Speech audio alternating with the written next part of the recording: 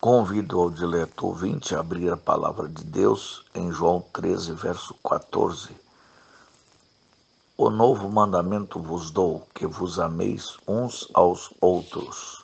Amigo ouvinte, o Senhor Jesus Cristo, no seu discurso de despedida dos discípulos, disse-lhes que deixava um novo mandamento. Notemos bem o mandamento, que vos ameis uns aos outros. Se nós somos discípulos de Cristo, este mandamento é dado a nós também. Querido rádio ouvinte, será que nós estamos sinceramente cumprindo este mandamento de Jesus? Será que ao reunirmos-nos em o nome dele, será que nós estamos de fato amando os nossos irmãos? Somos sinceros e leais em nossas amizades? Desejamos somente o bem àqueles que são nossos irmãos mais chegados? Ou não estamos prontos a perdoar aqueles que nos magoam, aqueles que nos ferem com palavras impensadas? Dizemos às vezes, a mocidade hoje não atende ao que ouve. A mocidade é irresponsável e revoltada. Olha, cuidado. Quem sabe se a culpa maior não é nossa. Como poderemos esperar que os jovens atendam à mensagem se aqueles que pregam, falam, instruem, não mostram em suas vidas o amor cristão? Estão sempre a falar mal uns dos outros, não demonstram o seu interesse pelos outros e nada querem dar, só querem receber. Penso que nós, os crentes de hoje, somos muito pouco diferentes do mundo lá fora. E com isso não quero dizer na aparência, em coisas exteriores, como o modo de vestir, o modo de conversar, mas sim na atitude. O mundo não tem tempo nem disposição para ser cortês, para ser amável, discreto, compassivo, misericordioso e bondoso. Mas nós cristãos temos a obrigação de sê-lo. O amor verdadeiro deve saturar o nosso ser a ponto de transbordar os outros, principalmente aos crentes, mas também a todos os que nos cercam. A Bíblia nos mostra que isto não é mera utopia, mas, pelo contrário, nos dá orientações práticas para o viver diário. E citamos a seguir alguns versículos que poderão nos ajudar a mostrar esse amor de maneira positiva. Marcos 11, 25 diz: E quando estiverdes orando, se tendes alguma coisa contra alguém, perdoa, para que vosso Pai Celestial vos perdoe. Lucas 6, 35. Amai, porém, os vossos inimigos, fazei o bem e emprestai sem esperar nenhuma paga. 1 Pedro 3,9 também lemos: não pagando mal por mal ou injúrias por injúrias, antes bem dizendo, pois por isso mesmo fosse chamado a fim de receberdes a bênção por herança. Efésios 4,32.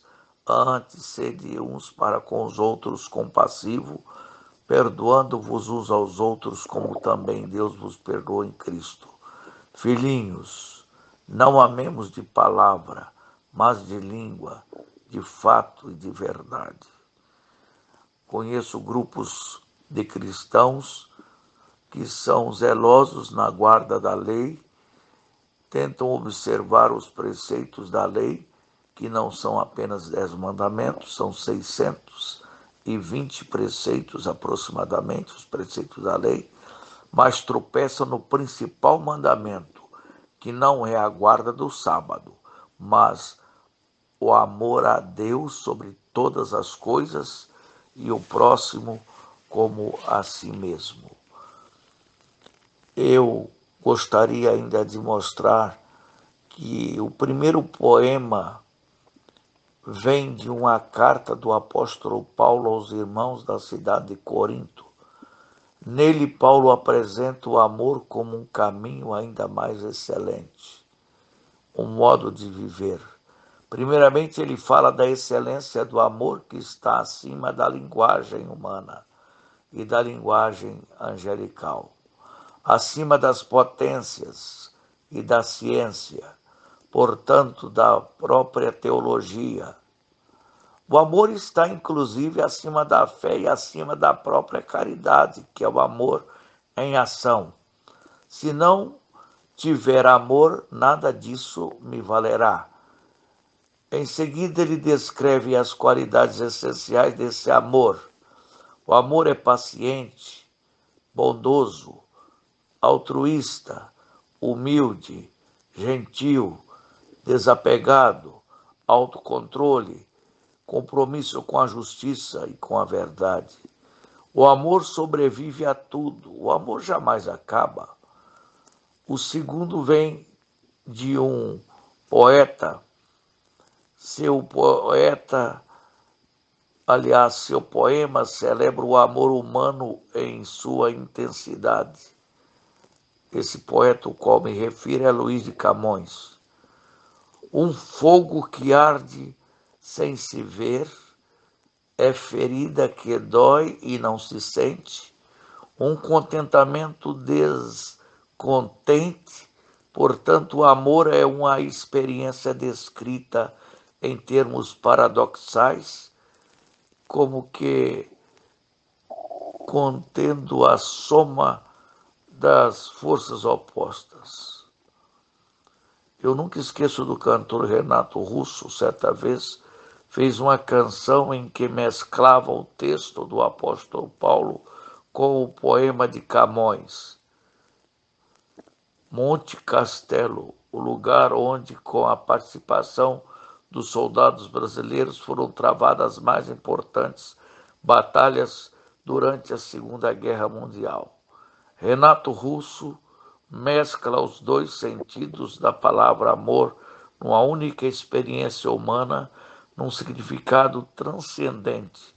O amor como superação de guerra e de morte. Tem uma canção de Violeta Parra, publicada no disco que foi gravada em 1966, pouco antes de sua morte, e é uma das mais profundas reflexões sobre a natureza do amor. Ela nasce num momento de maturidade de compositora chilena e também num tempo de profunda desilusão amorosa. Para essa mulher, o amor é uma força capaz de realizar extraordinárias transformações na vida humana, como deter os peregrinos e libertar os prisioneiros. O amor é uma força capaz de trazer de volta a alegria e a beleza da juventude.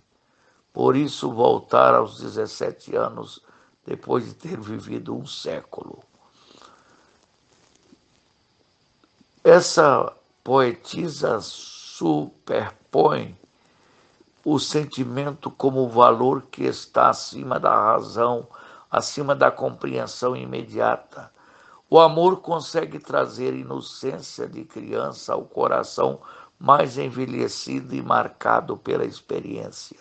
Só pode explicar como o meu passo retrocede enquanto o meu passo avança, como se fosse uma misteriosa dança feita de recuos e avanços.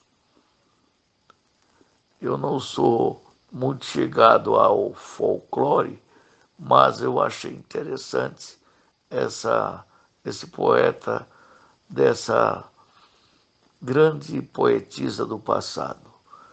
Que venhamos, doravante, adornar a nossa vida cristã com o amor, pois o adorno dessa vida é o amor, é o amor. A alegria é concedida pelo amor, pelo amor. O amor é a virtude mais sublime do universo, porque o amor é de Deus.